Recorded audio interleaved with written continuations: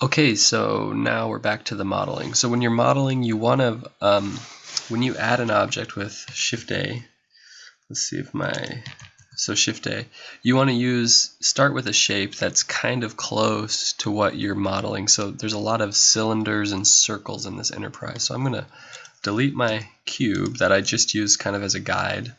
I'm going to close this properties, and I'm going to Shift A, add a cylinder.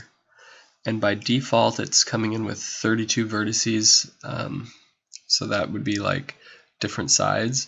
And the cap fill type means n-gon means it's just filled. You could also switch it to nothing. So let's switch it to nothing. And when we go back into texture view with Z, you see it's just like an empty cylinder. So let's go back to side view. Go into edit mode. We're in object mode now. And we're going to spend most of our time in edit mode. Go back into wireframe with Z, and let's rotate this by hitting R. I'm going to constrain it to, okay. I'm going to deselect that. So if you hit R and then type in 90, it rotates it by 90 degrees. I'm going to scale it down, and we just want to get the general outline. So I'm going to grab it on the Y. Let's just scale it on the Y. So one thing I like to do, I'm going to get out of that view.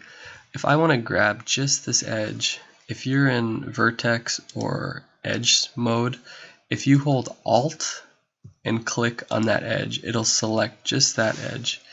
So I'm going to select that edge. You could have done it from here. Alt, click that edge, and to make sure it's all selected, you can go into wireframe and just drag that out to one end. I'm going to hit A to deselect everything. Hold Alt, grab that, and drag that out to there, about there. Okay, so now we have that lined up. But it's not really lining up very well because of all these curves. So we're going to add a ring. We're going to add a new ring to this cylinder, so kind of like a new cut. And the shortcut for adding loop cuts or ring cuts is Control R. So when you hit Control R, a ring pops up, and if you scroll the wheel, more rings pop up, and you can see down here number of cuts. Right now there's 3, now there's 1, so we just need one cut. So hit left click to confirm that one cut, and then you can slide the cut to tell it where it goes. So I'm going to undo that and just show you again. It's kind of like a 3-step process. So you Control R, you decide how many cuts, so we want 1. You confirm it once, and then you slide it up to that point. And I'm going to just hold Alt, bring that point in, and drag that to about there. Scale it down a bit. And then let's go to this, hold Alt and click, and scale this down so it kind of follows that edge. So just, it's not really lining up right there, but that's okay. Let's make this one slightly bigger, and this one slightly bigger. I just want to leave it in the scale mode. I don't want to like push these lines around too much, those edges. Okay, and let's scale this up a bit. So that is pretty good for right now. Okay, so now let's focus on, I'm just scrolling in. We're going to start extruding lines, extruding edges, so, and creating new faces. So if you hit E, you get this whole new set of faces.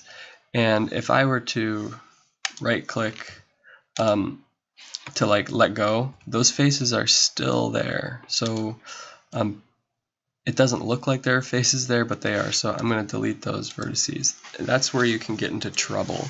Sometimes you'll extrude and then let go, and then like think you're restarting and extrude again. And there's actually a set of hidden faces right in there, which is why when those vertices are selected, that vertices should be kind of highlighting the edge all the way along as if they're one, but really they're not one. See? So anyways, be careful when you're extruding. Just know when you hit E, and if you accidentally let go, you might want to delete those vertices or just drag them out again. So I'm going to go back into wireframe, scale down, and then we're just hitting E. I'm going to hit Y to constrain it to the Y. And then here's a little tricky part. Make sure you're in vertex mode, just so it's easier to see. We're going to hit E and then hit S, and we're scaling it in. Let me show you what's going on in a different view. So this, you can kind of see what's going on in this view. And then I'm going to hit E and then Y, and then E and then S to scale, and then E, Y to constrain it to the Y, and I'm going to scale it in, and I'll pull it out a bit. And this is what we're kind of making so far. We got a couple nice few edges, but it's not actually looking as smooth as we would want it. So you can go into object mode, or we can just stay in edit mode. But when you're in edit mode, select everything, hit A, and in your toolbar, so open it with T or that little plus, go to shading if you're in edit mode, and under faces, hit smooth faces. So now it's smoothing out, but those little edges we made don't look very good. So we're going to add a modifier. A modifier, well, it modifies what your model looks like, but it doesn't destroy it in any way. It's called non-destructive editing. So this little wrench up here is where you add modifiers. With your object selected, go to Generate. Under the Generate category, look for Edge Split. And now wherever there are like sharp edges, it's going to make kind of flat shading, and where there's a lot of smooth curvature, it'll make smooth shading, because we have it set to smooth. But anything under, I believe, a 30-degree angle will look sharp. But we can just ignore that modifier for now on. From now on, it's there. So let's go back into side view. I'm gonna slide this open again, and open the UV image editor and open a reference image that I like. If you click up here to the little boxes, you can see what the picture looks like. I think this is a pretty good reference image.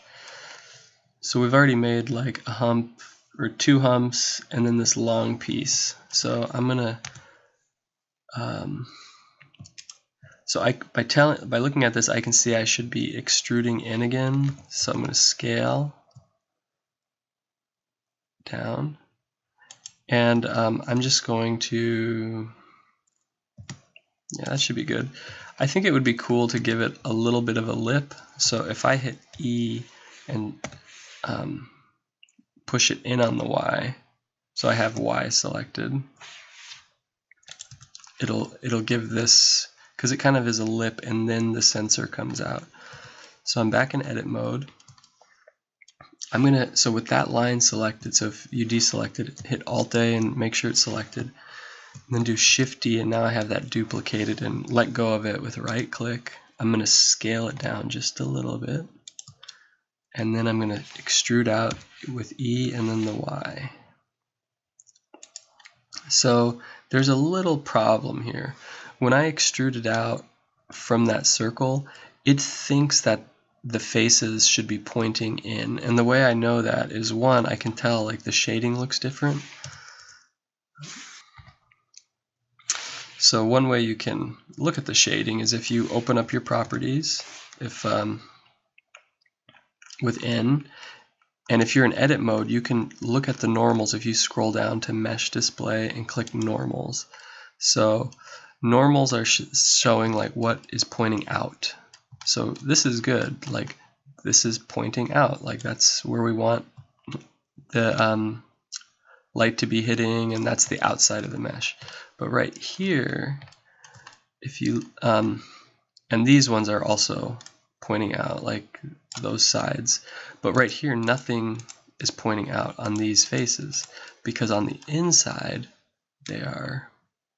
it thinks that the inside is the outside, and that is actually a pretty big problem, especially if you start opening your models in other programs, because sometimes it'll look like, if it's inside out, it'll look invisible. So like every time whenever you are looking at the back faces, the back side, you won't see anything sometimes if you open it in other programs. But in Blender, it just looks like inverted shading. So, okay, how do you get rid of it? So if I select just those pieces, so let's go to vertex, I'm going to turn off the normals, go back to wireframe. If I select one of those vertices and hit L, L means linked selection. So I'm just selecting everything that was linked to those vertices. Remember, this piece is not part of the ship at the moment because I duplicated it and separated it. You could also just Alt click on that, or go to Face Select and hold Alt and click in the middle of one of these lines. And then in our Shading UV option, we can recalculate normals, because the normals mean the direction the faces are pointing. So now it looks good again. But look, it's also flat shading.